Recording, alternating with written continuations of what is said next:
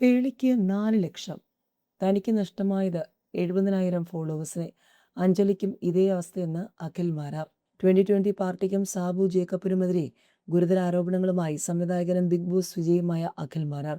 തെരഞ്ഞെടുപ്പിൽ സ്ഥാനാർത്ഥിയായതിനെ തുടർന്ന് വ്യക്തിപരമായും സാമ്പത്തികമായും വലിയ നഷ്ടങ്ങളാണ് തനിക്ക് സംഭവിച്ചതെന്നും താൻ നേരിട്ട അവഗണനകൾക്കും ആരോപണങ്ങൾക്കും ഇനി മറുപടി പറയേണ്ട ബാധ്യതയില്ലെന്നും അഖിൽ മാരാർ വ്യക്തമാക്കി. മാർച്ച് 15-ന് തന്നെ തെരഞ്ഞെടുപ്പിൽ നിന്നും പിന്മാറാനുള്ള സന്നദ്ധത കാണിച്ച് സാബു ജേക്കബിന് സന്ദേശം അയച്ചിരുന്നതായി അഖിൽ മാരാർ വെളിപ്പെടുത്തി.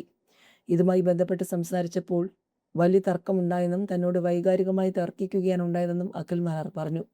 2020 തെരഞ്ഞെടുപ്പിലേക്ക് BJP സംഘടനാപരമായി പണം നൽകിയിട്ടുണ്ടെന്നും താൻ ഉൾപ്പെടെയുള്ള താരങ്ങളെ കൊണ്ടുവന്നത് കൂടുതൽ പണം വാങ്ങാനാണെന്നും അഖിൽ മാരാർ ആരോപിക്കുന്നു.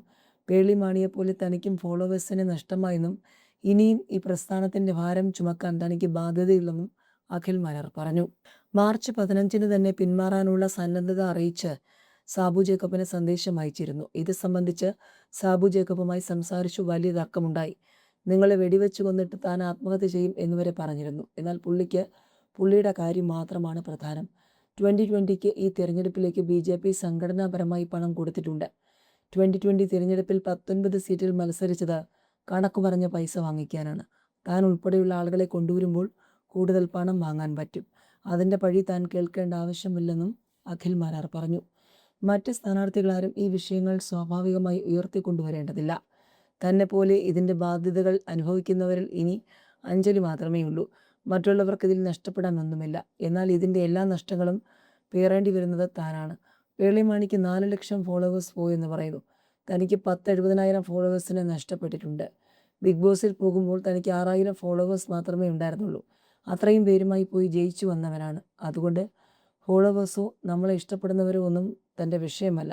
പക്ഷേ നമ്മളെ ഇഷ്ടപ്പെടുന്നവർ നമ്മളെ തെറ്റിദ്ധരിച്ച് വെറുക്കേണ്ടി വരുന്നൊരവസ്ഥയുണ്ട്. തന്നെ ഒരു രാഷ്ട്രീയക്കാരനോ വർഗീയവാദിയോ ചിത്രീകരിച്ചുകൊണ്ട് പല പരിപാടികളിൽ നിന്നും ഒഴിവാക്കുകയാണ്. ദുബായിൽ പോയ സമയത്തും തനിക്കിതൊക്കെ കേൾക്കേണ്ടി വന്നിട്ടുണ്ട്. ഇതൊക്കെ കേൾക്കാൻ തയ്യാറാണ്. പക്ഷേ ഇതിനൊക്കെ കാരണക്കാരനായ ഒരാൾ അപ്പുറത്ത് ഒരു മറുപടിയും തരാതെ ഒരക്ഷരം മിണ്ടാതെ സുഖിച്ചു നിൽക്കുകയാണ്. നമ്മളെന്ന് വിളിച്ച് സമാധാനിപ്പിക്കാനോ അടുത്ത കാര്യങ്ങൾ പറയാനോ അവർ തയ്യാറാകുന്നില്ല. അങ്ങനെയാണെങ്കിൽ താൻ എന്തിനാണ് ഈ പഴിയൊക്കെ കേൾക്കുന്നത്? അഞ്ജലിക്കും ഇതേ അവസ്ഥ തന്നെയാണുള്ളത്. അഞ്ജലി ഫോണിൽ സംസാരിച്ചപ്പോൾ പറഞ്ഞിട്ടുള്ളത് പോകുന്നിടത്തെല്ലാം ഇതിൻ്റെ സാമ്പത്തിക കാര്യങ്ങളെക്കുറിച്ച് ആളുകൾ ചോദിക്കുന്നുണ്ടെന്നാണ്. അഞ്ജലിക്കും ഇതിൽ നിന്നും 5 പൈസ പോലും ആരും നൽകിയിട്ടില്ല. തൃപ്പൂണിത്തറയിൽ ചിലപ്പോൾ ഫ്ലക്സും പോസ്റ്ററും അടിച്ചിട്ടുണ്ടാകാം. അതിൽ പലരും പ്രോപ്പറായി ഒട്ടിക്കുകയോ ലക്ഷ്യസ്ഥാനങ്ങളിൽ എത്തിക്കുകയോ ചെയ്തിട്ടില്ലെങ്കിൽ അവർ അതിൻ്റെ പൈസ ചിലവാക്കിയിട്ടുണ്ടെന്നും അഖിൽ മാരാർ പറയുന്നു.